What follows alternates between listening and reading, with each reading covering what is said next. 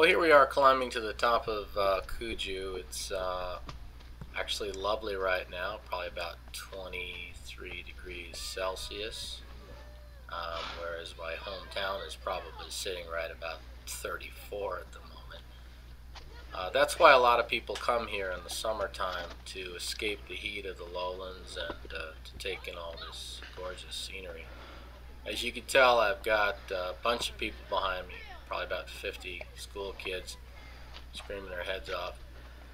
This is not a lonely place in the peak hiking season. Um, there's only about a 500-meter gain from where you park your car, so it's really not that hard a hike. It's about 4 kilometers one way. It's an out and back. But sections like this one are pretty tough for those who are not used to hiking.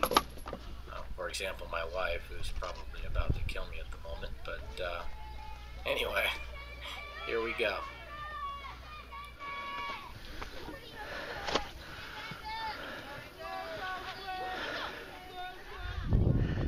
Here we're looking at an upland bog. This is home to plants such as orchids and some carnivorous plants. Very rare ecosystem these days in Japan. To protect these areas from getting trampled, the Park Service has limited access to most of these upland bogs to protect the various plants growing there, so technically you are not supposed to go in there, but people do.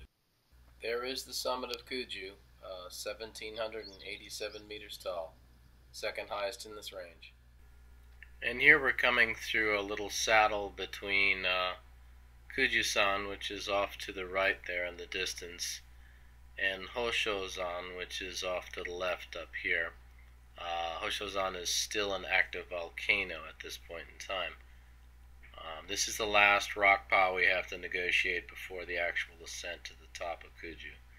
And down here to the right in this little valley there is another bog, which is probably home to, again, many bogland type plants. We're looking at the little famous azalea here, Rhododendron Kyusyanum, called Miyama Kirishima in Japanese.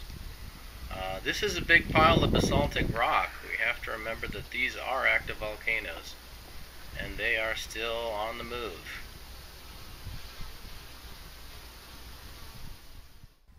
Well, we snuck around the edge of the saddle, and we're now looking at the northeastern flank of Hosho-san.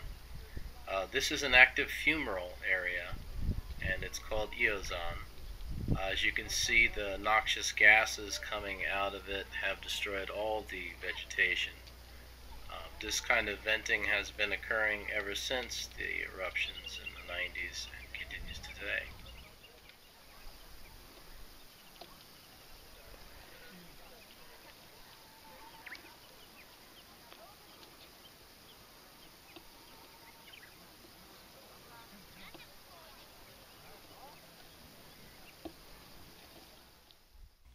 Here we're getting another look at Iozan. Clouds are rolling in, and as you can see down here, there's an area of a pyroclastic flow which probably happened during that 1990s event. As you can see, the vegetation is utterly gone in this area, and here we are panning up towards the top of Hosho-san itself, just slightly shorter than Kuju.